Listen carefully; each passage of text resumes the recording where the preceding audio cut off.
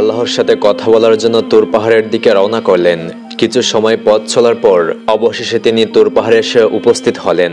তখন আল্লাহ রাব্বুল আলামিন গায়বী আওয়াজের মাধ্যমে হযরত মুসা আলাইহিসসালামের সাথে কথা বলা শুরু করলেন। হযরত মুসা আলাইহিসসালাম আল্লাহ রাব্বুল আলামিনকে জিজ্ঞাসা করলেন, হে আল্লাহ, আমি জানতে চাই জান্নাতে আমার সাথে কে থাকবে? তখন আল্লাহ রাব্বুল আলামিন বললেন, হে মুসা, এই বনি ইসরায়েলের মধ্যে একজন কসাই বসবাস করে, সেই তোমার সাথে জান্নাতে থাকবে এবং সেই তোমার জান্নাতের সঙ্গী হবে। এবার হযরত মুসা আলাইহিসসালাম বিনয়ের সাথে আল্লাহ রাব্বুল আলামিনের কাছে জানতে চাইলেন, হে আল্লাহ, আমাকে তুমি নবী করে এই পৃথিবীতে পাঠিয়েছো, আমার সাথে তো জান্নাতে থাকার কথা কোনো আল্লাহওয়ালা বুজুর্গ দরবেশ ব্যক্তি, কিন্তু আমার জান্নাতের সঙ্গী কেন কসাই হবে? হে মাবুদ, আপনি দয়া করে ওই কসাই ব্যক্তির ঠিকানা দিন, আমি গিয়ে দেখে আসতে চাই সে কি এমন আমল করে যে আমলের বদলে সে আমার সাথে জান্নাতে বসবাস করবে। তখন আল্লাহ রাব্বুল আলামিন বললেন, হে মুসা, তুমি আজকে বাড়িতে চলে যাও, সময় হলে আমি তোমাকে ডেকে আনবো। আল্লাহ রাব্বুল আলামিনের কথা শুনে মুসা আলাইহিসসালাম বাড়িতে ফিরে আসলেন। এইভাবে বেশ কিছুদিন অতিবাহিত হয়ে গেল। একদিন আল্লাহর নবী হযরত মুসা আলাইহিসসালাম কোনো এক জায়গায় সফর করার জন্য বাড়ি থেকে রওনা করলেন। তিনি রাস্তায় হাঁটতে হাঁটতে পথিমধ্যে দেখতে পেলেন একজন মহিলা রাস্তার পাশে দাঁড়িয়ে কান্না করছে।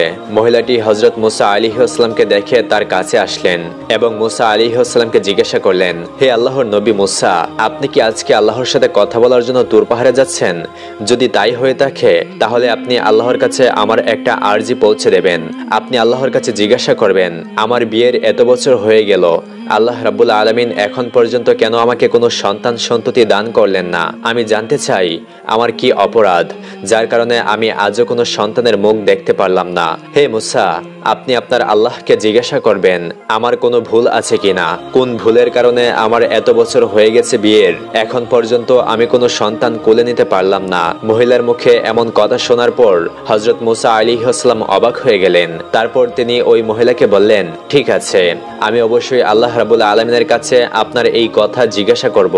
এই বলে মুসা নবীর সামনের দিকে হাঁটতে শুরু করলেন। তারপর তিনি মনস্থির করলেন তিনি আর সফরে যাবেন না, তিনি তুর পাহাড়ের দিকে যাবেন। অতঃপর তিনি তুর পাহাড়ে এসে পৌঁছালেন এবং তুর পাহাড়ে এসে আল্লাহ রাব্বুল আলামিনের সাথে কথা বলা শুরু করে দিলেন। মুসা আলাইহিসসালাম আল্লাহর কাছে জানতে চাইলেন, হে আল্লাহ রাব্বুল আলামিন, আমি রাস্তা দিয়ে আসার সময় একজন মহিলা আমাকে বলেছে তার বিয়ের অনেক বছর হয়ে যাওয়ার পরেও তাকে কোনো সন্তান সন্ততি এখন পর্যন্ত আপনি কেন দান করেননি। সে জানতে চেয়েছে তার কি এমন অন্যায়, কি এমন অপরাধ যার কারণে বিয়ের এত বছর পরেও সে কোনো সন্তান সন্ততির মুখ দেখতে পারল না। অতঃপর আল্লাহ রাব্বুল আলামিন এক গায়বী আওয়াজের মাধ্যমে হযরত মুসা আলাইহিসসালামকে জানিয়ে দিলেন, হে মুসা, তুমি ওই মহিলাকে জানিয়ে দাও যে আল্লাহ রাব্বুল আলামিন তার ভাগ্যে কোনো সন্তান লিখেননি, যার কারণে সে মা হতে পারেনি। একমাত্র আল্লাহ যাকে চাইবে তাকেই সন্তান দান করবে। যার ভাগ্যে সন্তান লেখা থাকবে সেই কেবল সন্তানের মুখ দেখতে পারবে। ওই মহিলার ভাগ্যে কোনো সন্তান লেখা নেই, তাই সে কোনোদিন মা হতে পারবে না। আল্লাহ রাব্বুল আলামিনের কাছ থেকে এমন কথা শোনার পর হযরত মুসা আলাইহিসসালাম বাড়ির দিকে রওনা করলেন। হঠাৎ করে তার মনে পড়ে গেল ওই মহিলার কথা। অতঃপর হযরত মুসা আলাইহিসসালাম নিজ বাড়ির দিকে রওনা না করে ওই মহিলার বাড়ির দিকে রওনা করলেন। অতঃপর তিনি মহিলার বাড়ির ভেতরে প্রবেশ করলেন এবং মহিলার কাছে গিয়ে বললেন, হে মা, আল্লাহ রাব্বুল আলামিনের সাথে আমার কথা হয়েছে। আল্লাহ রাব্বুল আলামিন জানিয়ে দিয়েছেন তোমার ভাগ্যে কোনো সন্তান লেখা নেই, যার কারণে তুমি কোনোদিন মা হতে পারবে না। হযরত মুসা আলাইহিসসালামের মুখে এমন কথা শুনে ওই মহিলা চিৎকার দিয়ে অজুরে কান্না করতে লাগলো। অতঃপর মুসা আলাইহিসসালাম সেখান থেকে চলে আসলো। এই ঘটনার কিছুদিন পর একদিন এক আল্লাহওয়ালা ফকির সেই মহিলার বাড়িতে আসলেন এবং বললেন, বাড়িতে কি কেউ আছেন?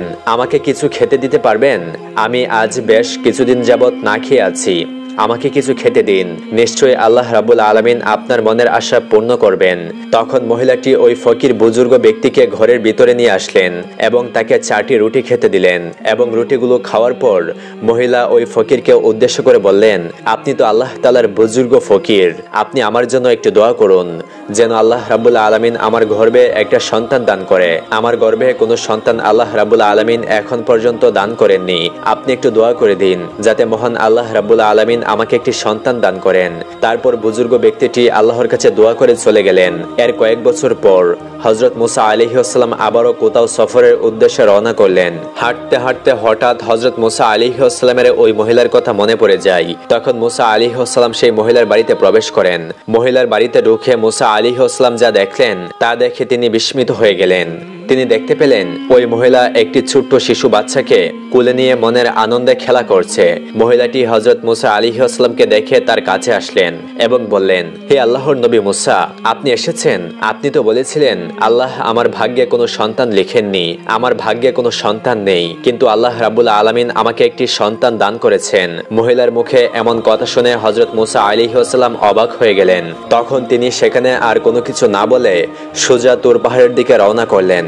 তুর পাহাড়ে এসে হযরত মুসা আলাইহিসসালাম আল্লাহ রাব্বুল আলামিনকে জিজ্ঞাসা করলেন, হে রাব্বুল আলামিন, আপনি তো বলেছিলেন ওই মহিলার ভাগ্যে কোনো সন্তান লেখা হয়নি, তাই ওই মহিলা কোনোদিন মা হতে পারবে না। কিন্তু আজ আমি তার বাড়িতে গিয়েছিলাম, গিয়ে দেখতে পেলাম ওই মহিলাটি ছোট্ট শিশুর সাথে মনের আনন্দে খেলা করছে এবং সেই মহিলা বলেছে যে আল্লাহ রাব্বুল আলামিন তাকে একটি সন্তান দান করেছে। ইয়া রাব্বুল আলামিন, আমি এই ব্যাপারটা বুঝতে পারিনি, কিভাবে এই ঘটনা ঘটলো। তখন আল্লাহ রাব্বুল আলামিন এক গায়বী আওয়াজের মাধ্যমে হযরত মুসা আলাইহিসসালামকে জানিয়ে দিলেন, হে মুসা, যদি তুমি এই প্রশ্নের উত্তর পেতে চাও তাহলে কোনো এক মানুষের মাংস নিয়ে আমার কাছে আসো, তাহলে তুমি তোমার প্রশ্নের উত্তর পেয়ে যাবে। আল্লাহ রাব্বুল আলামিনের কাছ থেকে এমন কথা শোনার পর হযরত মুসা আলাইহিসসালাম মানুষের মাংস খোঁজার জন্য বের হয়ে গেলেন। হযরত মুসা আলাইহিস